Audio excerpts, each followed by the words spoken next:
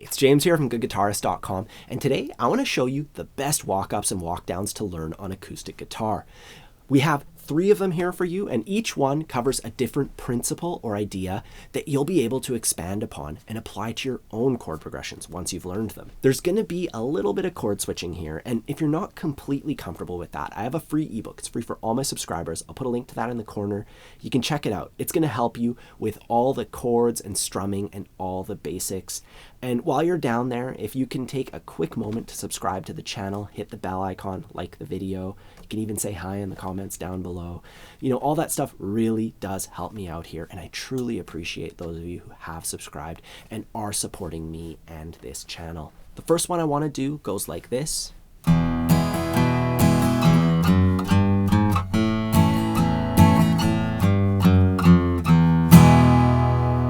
So it uses the E and A chords, and I'm just going to lay them out like this. 2 measures of E, 2 measures of A. For the first measure of E, we just do a strumming pattern, and then for the second measure, we play our walking bass line, and then it's the same thing for A. Strumming pattern plus walking bass line. As far as the strumming pattern, you can do whatever is comfortable for you. You can do the most common strumming pattern ever. Down, down, up, miss, up, down, up. You can see it here with the timing and everything. If you need more help with it, it's in my free ebook. There's a video dedicated to just this pattern. You can check that out. Anyways, we just strum that. We'll do the most common strumming pattern ever on the E chord. And now for the second measure, we have our walking bass line, and it goes like this. We start out by plucking the open E string. Then I'm going to put my index finger on the 2nd fret of that same string, my middle finger on the 3rd fret, and then my ring finger on the 4th fret. You could try to play it with one finger or whatever, but the further up you go, you got to go back to that next chord shape, and it kind of messes with the switch, right? So going with your index, middle, and ring, that's as comfortable as it can get going into that A chord, which comes next. Before moving on to the A chord, I would make sure that you're good at strumming the E chord on its own, that you're good at doing the walking bass line on its own, and that you can put them together, just that first couple measures, you know, going down, down, you know, and just transitioning between them smoothly. I'll do it one more time. 1, 2, 3, 4.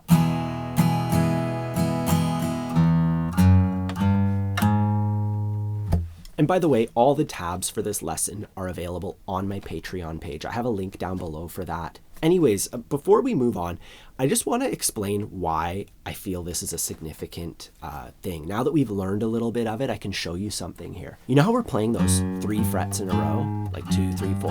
You don't normally find that. Like normally when you play, in this case, it would be the E major scale. There's only a couple spots where you find the notes beside each other, and it'll only be 2 notes beside each other. Whereas here, there's 3 notes beside each other. And that creates what we would call chromaticism. And it's a really beautiful effect that's used a lot in country and blues. You know, like if you're playing a blues bass line,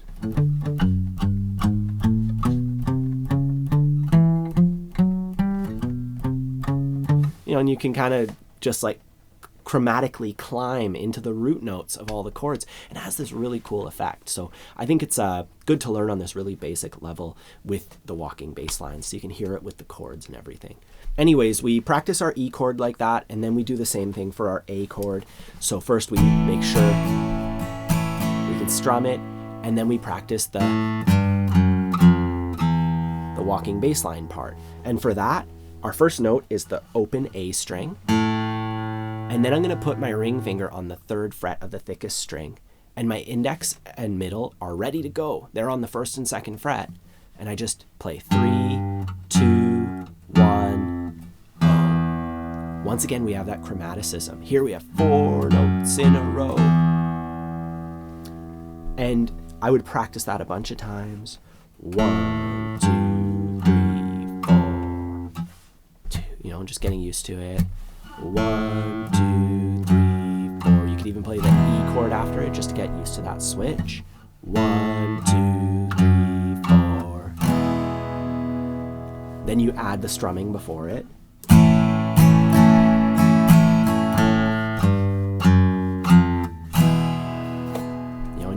isolate it, right? Just work on the transitions and gluing it together slowly until eventually, once you've worked on all the pieces, you put it together going like this. 1, 2, 3, 4.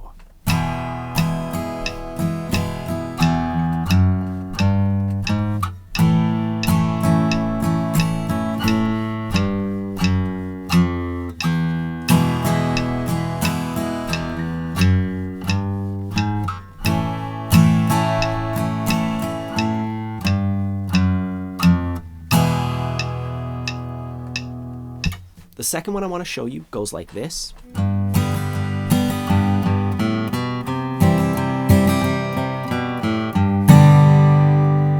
So we're playing G and C this time. We're going to lay it out the same way. So 2 measures of G, 2 measures of C. We'll be strumming during the first measure of each one, and then we play our walking bass line during the second measure of each chord. And breaking it down, let's do a different strumming pattern. You can do whatever you want, but let's do down, down, up, down, down, up. So downstroke on beat 1, down, up on 2, down on 3, down, up on 4. You can see it right here. Once again, that's in my ebook, and I have a bunch of lessons about it. You can find it on my website for free. Anyways, we strum our G chord, and now for our walking bass line.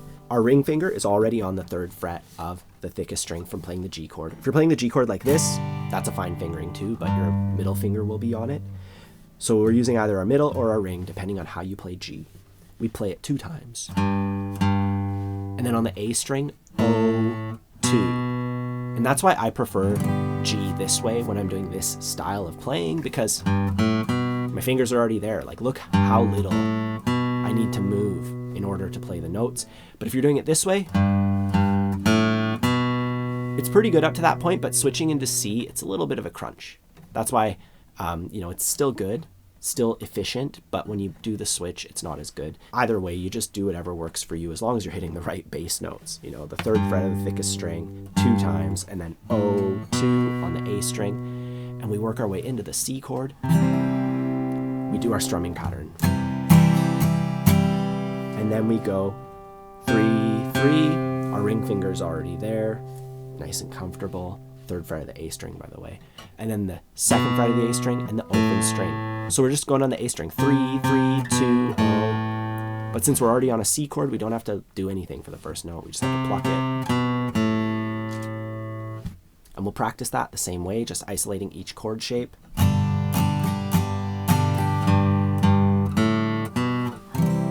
You could even finish by strumming the next chord once, just so you can make sure that you can land on it. And then, we do that for C.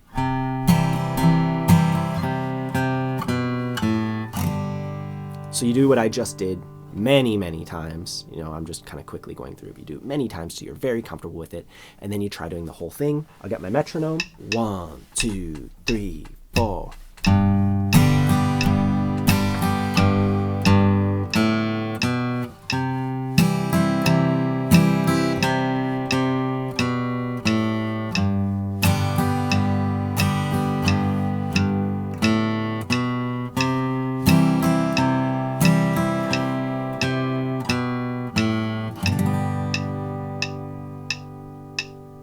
Now this last one is like something you'd find in Walk the Line by Johnny Cash, and it doesn't have any strumming in it. We could put the strumming in it, but I want to focus on just playing the bass line because it's a lot more intricate than the other ones.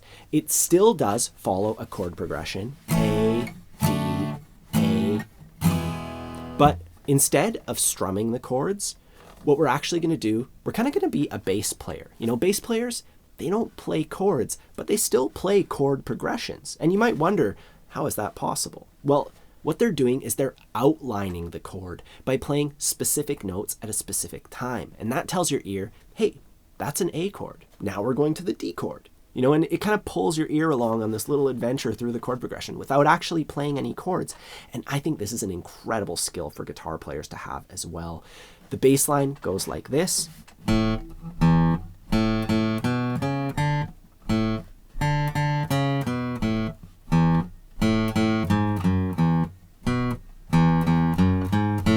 And I'm sure you recognize that. It's such a classic thing.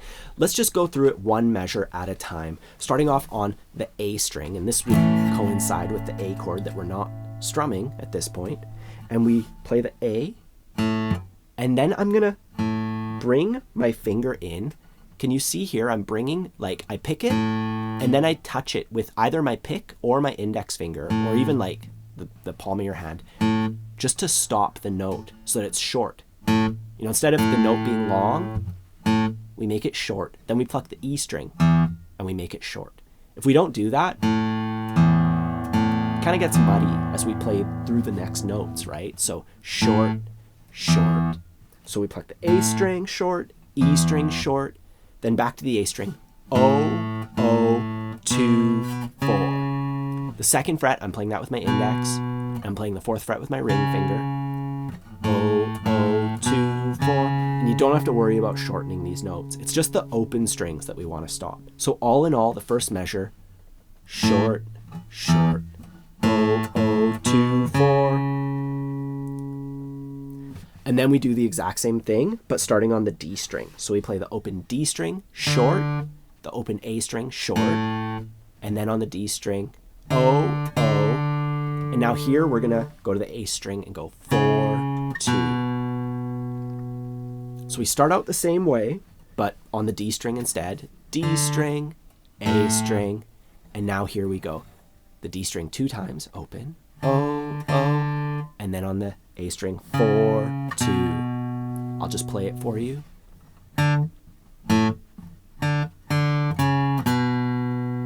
Now we're gonna take that same thing, and this time the exact same thing. All the notes are identical, except we're starting out on the A string.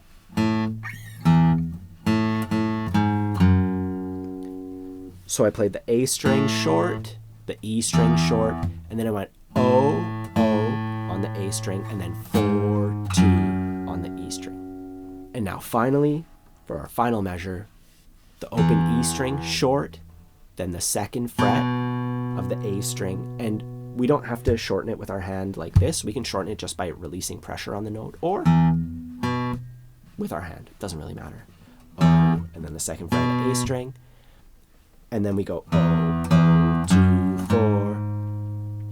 So that's just all on the thickest string. O, O, 2, 4. You know, as far as the notes, it's always on the second and fourth fret, whether you're going up or down. That's the only difference. You know, I would learn it in those 4 parts and then glue it all together. Let's do it with a metronome. By the way, I have this all tabbed out on my Patreon. 1, 2, 3, 4.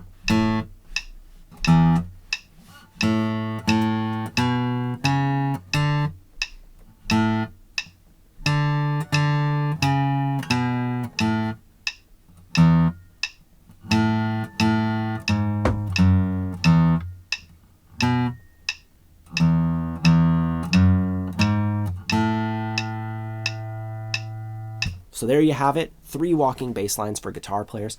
Hope you enjoyed this lesson. Don't forget, all of this is tabbed out on a worksheet on my Patreon page, so you can download it, print it off, and practice at your own pace. There's a link for that down below, as well as my free ebook. If you haven't grabbed your copy yet, I recommend taking care of that right now. Finally, if you're finding that it's still not smooth and you're not able to transition between the walking and the strumming and, you know, the rhythm, you just want to take a better look at your rhythm overall, I have a course, Learn Guitar Once and For All, that's designed to help you with exactly that. You know, because once you become a confident strummer and you're able to just pick up a guitar and play through whatever chord progression with whatever strumming pattern, it really opens up your whole world. So I'll put a link down below for that if you are interested in taking the course and improving that aspect of your playing. Otherwise, thanks for taking the time to watch the lesson to this point. Please like and subscribe to the channel if you want to see more stuff like this. Have a fun time practicing, and I'll see you soon.